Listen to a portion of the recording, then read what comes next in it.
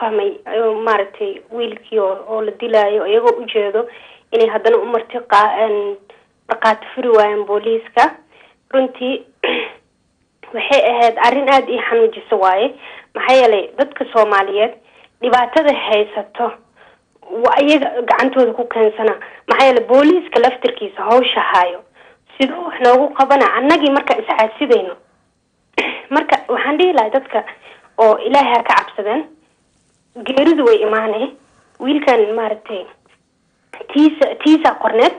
laakiin waxa ka sii calal xumo badan xaasidnimada dad walaalihiisa hooyooyinkiisa ama aabiyaashiisa kale dad lafa inay micnaa ay u furi waayaan maartay inay sheegaan waxa laga yaabaa qaarkood inay leeyihiin waa sidii booliisku ugu sheegeen waa sidii hooyadii ugu sheegtay Saadiye maadaama ayaga laftigooda xaafadii ay degan ciyaal kalena haystaan way baqanayaan laakiin taas waxa xaqiijinay ka hor imaanaya inay booliisku yiraahdeen cid allaale iyo cidii marxaati furta waxaanu ballan qaadaynaa magacooda addresskooda iyo qofka ay yihiin in la qariyo markii qofka midida wax ku dhuftay laga hor keenayna waxa lagu soo horsaajinayaa muraayad hal waji kaliya leh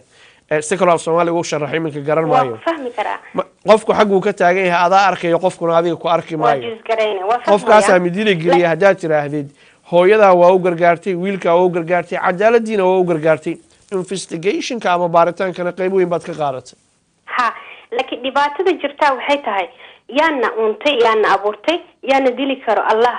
only markii oo aad ka baqatid qof ay dila ama qof wax dhibaatayna asiga security oo se Ilaahay ku sameey qof kale kuma sameynayso marka hadda hadii intay iyagu example arkayeen hadii la soo daayo waxa laga yaabaa wiilka qofkan wax dilay inuu ayaga yaqaan ama ilmahooda yaqaan bari way ku dhici kartaa ayaga